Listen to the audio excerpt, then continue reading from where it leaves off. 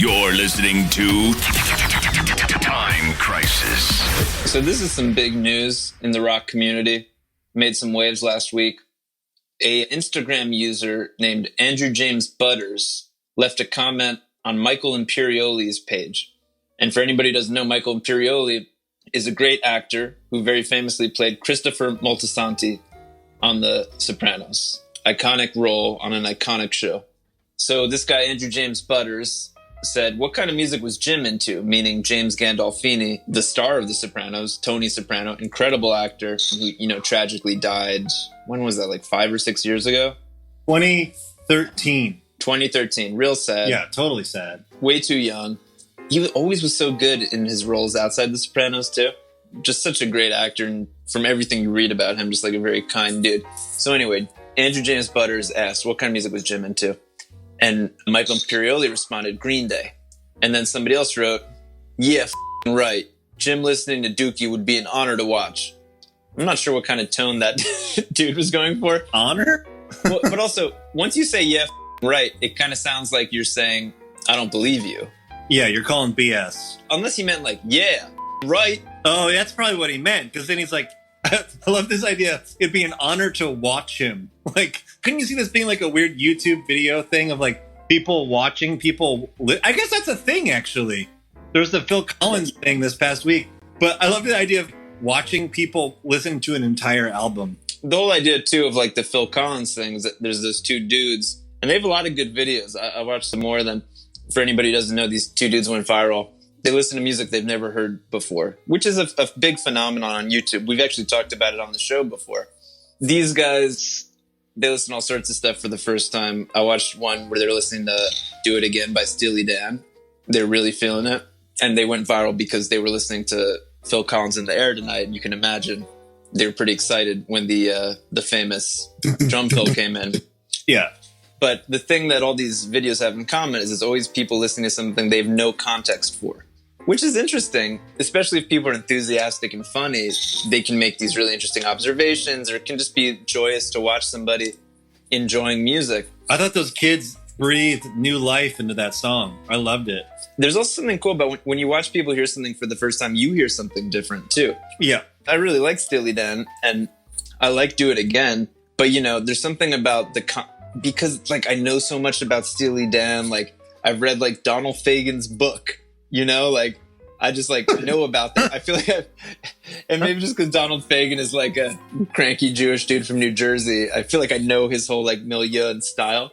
Mm-hmm. So when I hear that song, I'm just picturing these like intellectual dudes. I don't know. I just have this take on who they are and their life. But then when you kind of just hear people hearing it with no context, you realize that song is just an amazing, dark, trippy, weird kind of like Latin psychedelic. The way those dudes react to like the guitar solo on Do It Again, you lose all the context for Steely Dan being like these smart ass guys who went to Bard, and you really just hear the music and you're just like, whoa, this is deep, dark, weird music.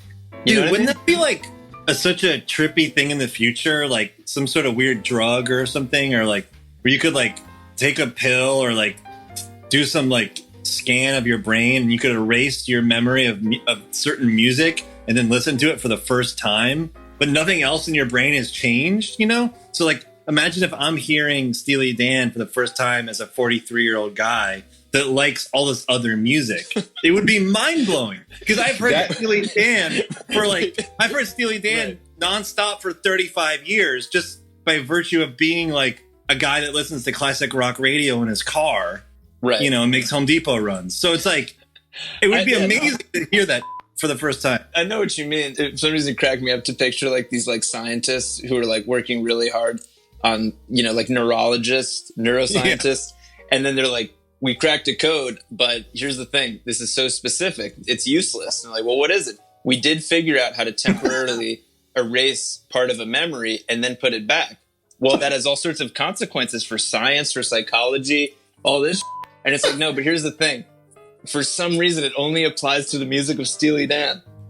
You know what it is? This could be Jake, you should pitch a hand on this. This could be a movie that's a combination of the weird Beatles movie where the guy wakes up and nobody knows the Beatles. It's a combination of Yesterday and Eternal Sunshine of the Spotless Mind. Yeah, this would be a very good Spike Jonze film. Yeah. Charlie Kaufman's on the script right now. Exactly. Every middle-aged man has the same fantasy. What if I could hear Steely Dan again for the first time? From the minds of Charlie Kaufman, Spike Jonze, and Jake Longstreth. But anyway, this is all people who are hearing stuff for the first time. I wonder if it might be just super boring, but you start a channel where you just like listen to shit you've heard a million times. I want a YouTube channel where Jake listens to Alien Lanes by Guided by Voices. Oh, right here. Yeah. Yeah, you don't stop it. Like, part of these videos, they always stop it, and they're like, wow, man, that's deep. This is just like, you don't stop at all. You're just like, oh, yeah. Mm-hmm. Oh, yeah, that was a good part. Oh, yeah. Mm-hmm. Excuse like me, Napoleon. Yeah, just like... just singing along. Just doing all the drums. Terrible. Awful. It's just like being at a bar with guys. No one wants that. Just loudly singing all the guitar parts. Just be like, let me check this out. Anyway, so this guy writes back, yeah, f***ing right. Jim listening to Dookie would be an honor to watch. Very strange. Very strange formulation. It would be an honor, sir, to watch you listen to Dookie.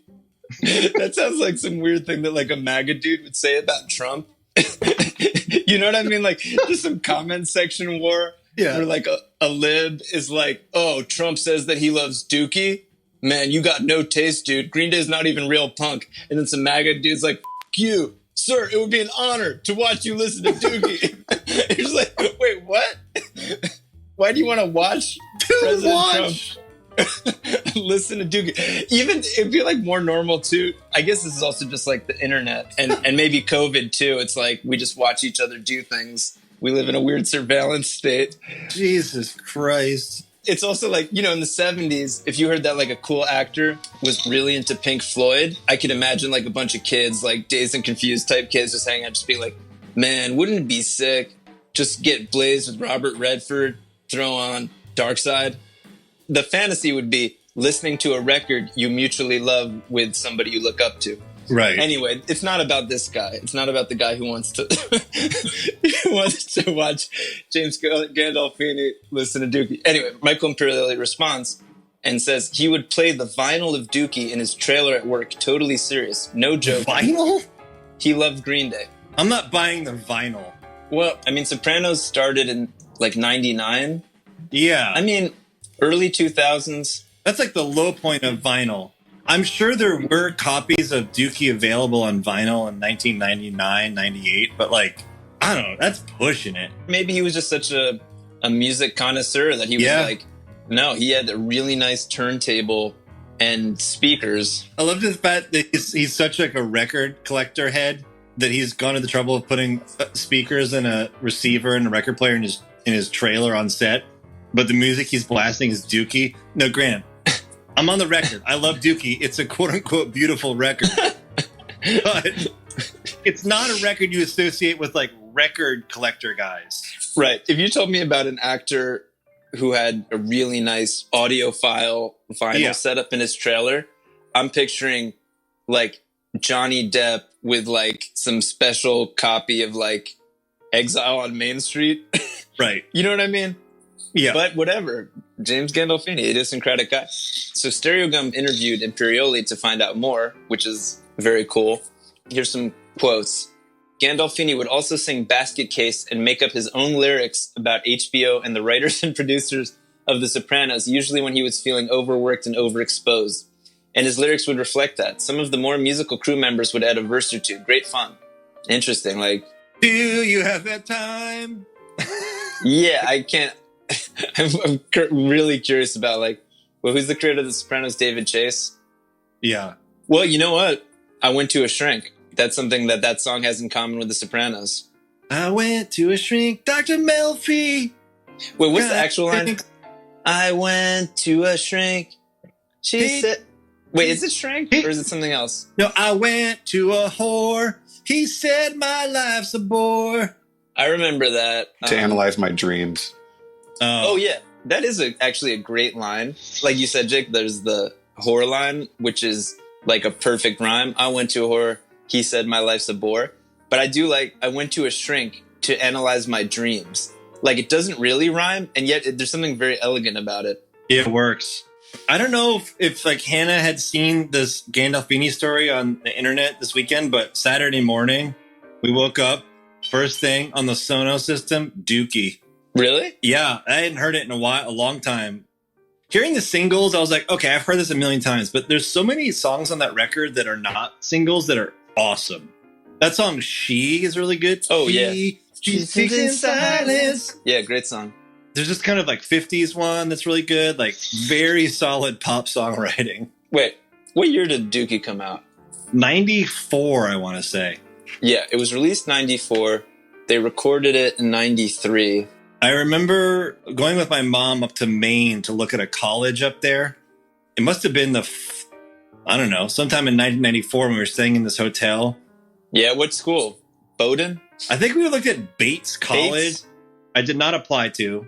Although there's the great Alex, they have a connection with Alex Katz, who's one of my favorite painters, and they have a big Alex Katz, I think a permanent exhibition of some of his, like a lot of his work up there in Lewiston, Maine. But we were staying in a hotel in Lewiston, Maine. And I remember turning on MTV and the video for Longview was on. And my mom was like, "Do you like this?" And I was like, "Yeah, it's awesome." That's a great song. Yeah. And by the way, Jake, I don't know if we're just really in tune with the universe, but there's a classic episode of The Sopranos where Tony takes Meadow to look at colleges in Maine. That's right. Wait, is that when he kills that guy? Yeah, that's a classic episode. I think it's called College. Yeah. Can I get a number crunch on that, Seinfeld? Is there a Sopranos episode called College? Now, let's get a number crunch. Brought to you by Seinfeld 2000. That's correct. The episode is called College. It's season 1, episode 5. Where do they go to look at colleges? Maine. Oh! Damn, dude. First thought, best thought. And then Meadow Soprano did end up going to college at Columbia, where Vampire Weekend started, so it comes full circle. It's interesting also looking at the lyrics to Basket Case. I mean, I guess this is pretty obvious. People would say, like, there's this kind of wave of self-deprecating songs in the 90s. You know, there's this tone of kind of like slacker, like Gen X nihilism or whatever. But it is interesting to me to look at Basket Case. And, you know, obviously, we were both listening to rock radio a lot in the 90s, so this might be a bigger deal to us than people who are maybe listening to like all sorts of different music. But I'm really looking at the lyrics to Basket Case. I know these words so well, but to see them all together, I'm really struck by the poetry of it. And the fact that it's a song about psychology. There's the line about the shrink, but the whole thing is, I am one of those melodramatic fools, neurotic to the bone, no doubt about it. Sometimes I give myself the creeps, blah, blah, blah. I think I'm cracking up. Am I just paranoid or am I just stoned? And then he's talking about the shrink, lack of sex is bringing me down. So basically a dude being really hard on himself, feeling neurotic, giving himself the creeps, having like a weird psychological breakdown. And when I think of songs that like define 90s rock radio, I think of this. A year earlier, Creep by Radiohead. Of course, there were songs about alienation, but to have this many songs that are just about being like a loser, like back then, pretty soon after this, just like... I mean, all of the Nirvana songs. Yeah. Self-Esteem by Offspring, just straight up. I'm just a sucker who's got no self-esteem. Right. I'm sure you could go back to the 50s and earlier to find popular music about not having self-esteem or feeling like a creep or feeling like a loser or not liking yourself. I can't get no satisfaction. Although even that, though, it's like tough. It's almost like you're disappointed with the world that they can't give you satisfaction. I bet somebody could write an essay about this, that maybe by the 90s, psychological terms had become just so part of how people talked about themselves. Because obviously everybody has feelings.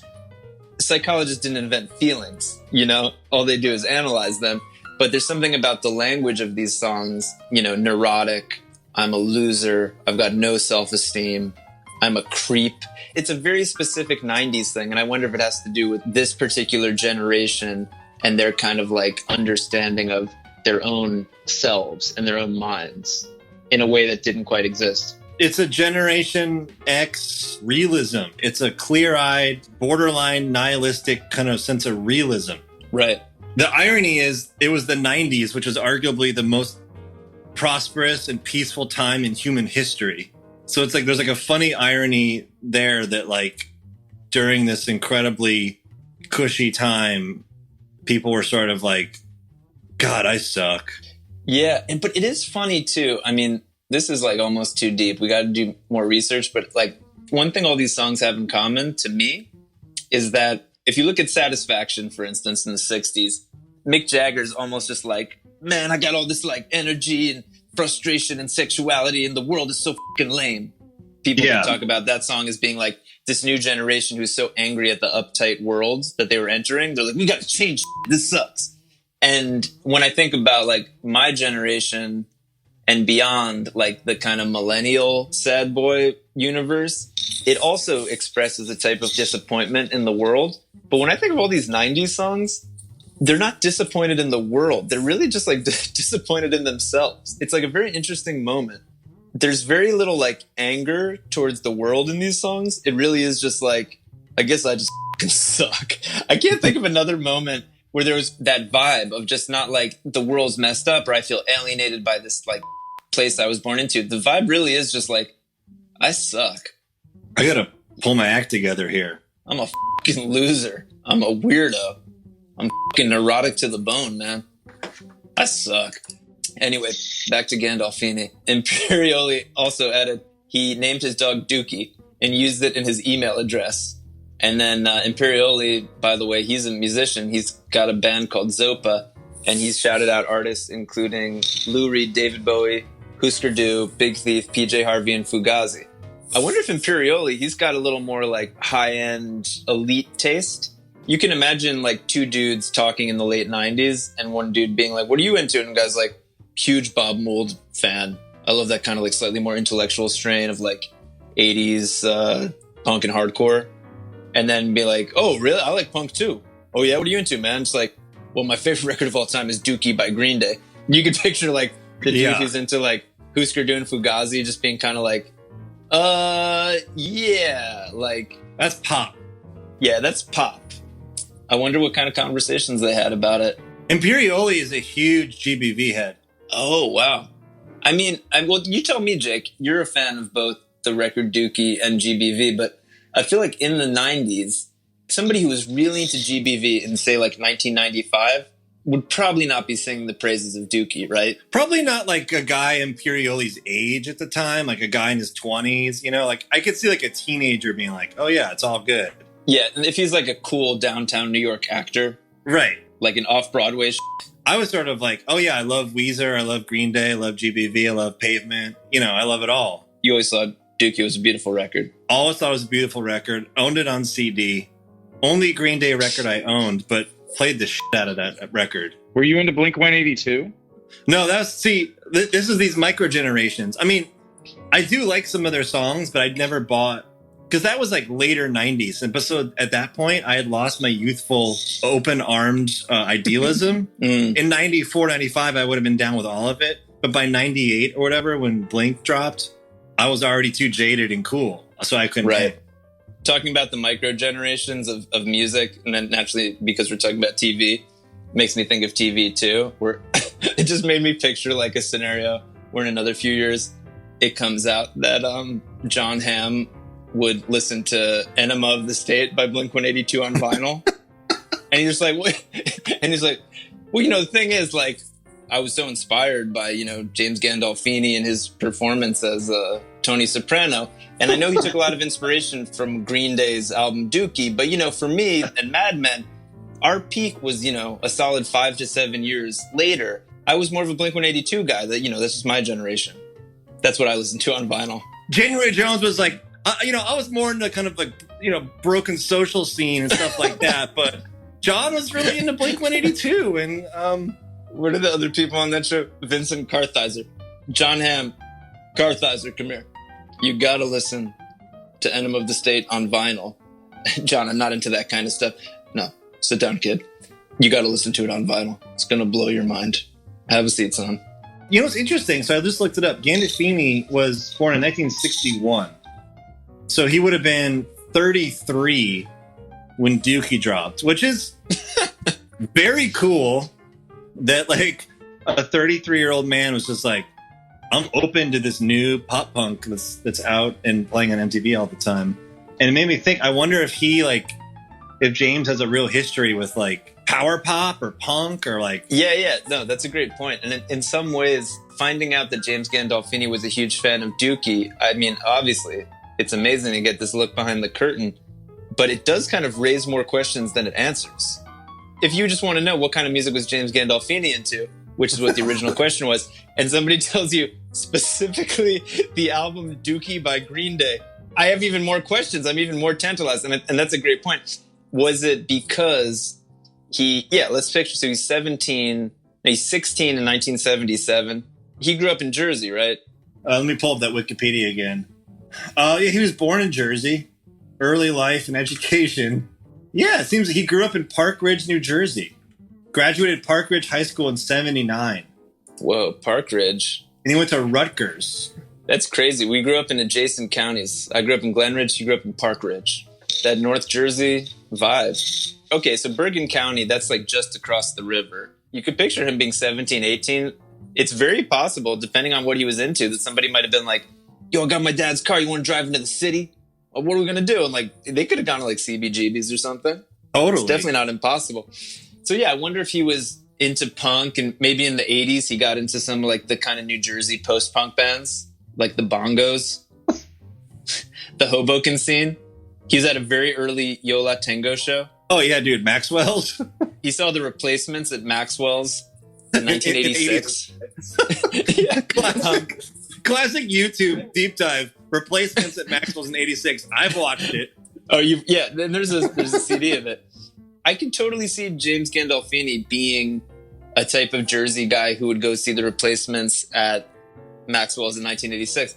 And yeah, I guess I could picture that dude. Then he's 33. He's not going to be super tuned into all the biases of being like a 20-year-old punk, being like, Green Day's not real punk. Like, he doesn't give a fuck. And he hears it. It's like, man, these guys could write good tunes. Like, this is cool. Yeah. Or was he not a punk? Maybe he wasn't a punk rocker, and that album came out and he was like, I like this. This is just good music. I never liked that punk stuff, but this is pretty good. I can see that as well. That's totally possible. Like 80s, he's real into like Rick Springfield and Bruce, the Bard of Jersey. Yeah. Remember, I think we did a riff on this show once about like Tony Soprano and Paulie. Oh, yeah. Like a Sopranos prequel where Tony and Paulie go to a Springsteen show in 84. And it was specifically, this was when I got really into the Bruce Springsteen and the E Street Band live box set. Yeah. Which came out, I think, in the mid-'80s. And one of the great songs on it is him playing the Tom Waits song, Jersey Girl. That's right. I guess at Giant Stadium. And I love that recording because you hear all these Jersey people, they don't know this Tom Waits song.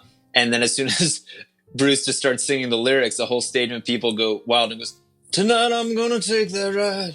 Cross the river to the Jersey side. It's like, woohoo! Just like true regional excitement about getting a shout out. Tone, what's this song? Yeah, Tony, we've done this exact riff before. Yeah, Tony, what's this song? It's not on none of the Bruce albums. Hey, shut the up. This is a Tom Waits cover. Hey, Tony, who the Tom Waits? Well, Jake, do you like any post?